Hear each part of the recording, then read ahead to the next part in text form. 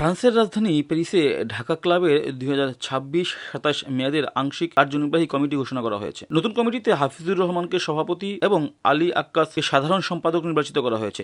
সোমবার প্যারিসের একটি রেস্টুরেন্টে হলরুমে আয়োজিত সভায় একাধিক প্রার্থী না থাকা নির্বাচন কমিশনের মাধ্যমে সর্বসম্মতিক্রমে নতুন কমিটির আংশিক তালিকা প্রকাশ করা হয়। পর্বে এসে কমিটি আংশিক অংশ ঘোষণা করা হয়েছে। সেক্ষেত্রে আমি আজকের এই নতুন কমিটির সভাপতি, সেক্রেটারি এবং সকল সদস্যবৃন্দকে ঢাকা বিভাগ অ্যাসোসিয়েশন অব ফ্রান্সের সভাপতি শেখ মোহাম্মদ শাহজাহান শাহরু প্রধান অতিথি হিসেবে উপস্থিত ছিলেন। বিশেষ অতিথি হিসেবে সংগঠনের সাধারণ সম্পাদক মিজান সরকার ও বদিউর রহমান আকাশও ছিলেন। নির্বাচন পরিচালনায় প্রধান নির্বাচন কমিশনের দায়িত্ব পালন করেন দোহার নবাবগঞ্জ ঐক্য পরিষদের সভাপতি সাইফুল ইসলাম খান। সহকারী নির্বাচন কমিশনার হিসেবে দায়িত্ব পালন করেন আলী আজম খান। নতুন কমিটির দায়িত্বপ্রাপ্তরা হলেন সভাপতি হাফিজুর রহমান ও সিনিয়র সহসভাপতি রিপন মজুমদার। সহসভাপতি হিসেবে দায়িত্ব পেয়েছেন সাইফুল ইসলাম, মাসুদ পাঠান, অসিত ঘোষ, মাহবুব খান ও সায়েম মোহাম্মদ হোসেন। সাধারণ সম্পাদক আলী আক্কাস, যুগ্ম সাধারণ সম্পাদক হিসেবে রয়েছেন জাহিদুল ইসলাম, সুইট, বিজয় বাইন, ডিজে রাফি, বাবু, ইকবাল হোসেন শাহিন,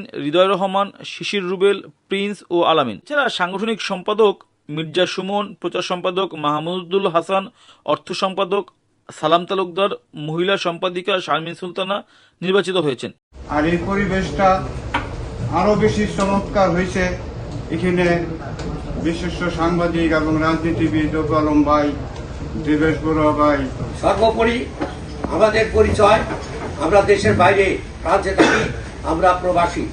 আমাদের পরিচয় প্রথম প্রবাসী, তারপরে আমরা কোন দল করি না করি সেগুলি প্রাইভেট ব্যাপার। সভায় নবনির্বাচিত কমিটির নেতৃবৃন্দ ঢাকা ক্লাবের কার্যক্রম গতিশীল করার পাশাপাশি ফ্রান্সের বসবাসরত ঢাকাবাসীদের মধ্যে পারস্পরিক যোগাযোগ, সহযোগিতা ও ঐক্য আরও সুদৃঢ় করার প্রত্যয় ব্যক্ত করেন। উল্লেখ্য, ঢাকা ক্লাবের পূর্ণাঙ্গ কার্যনির্বাহী কমিটি পরবর্তীতে ঘোষণা হবে বলে জানান তারা। ফ্রান্সের প্যারিস থেকে এমনি দুলাল মিয়া, ল্যাটিন বাংলা।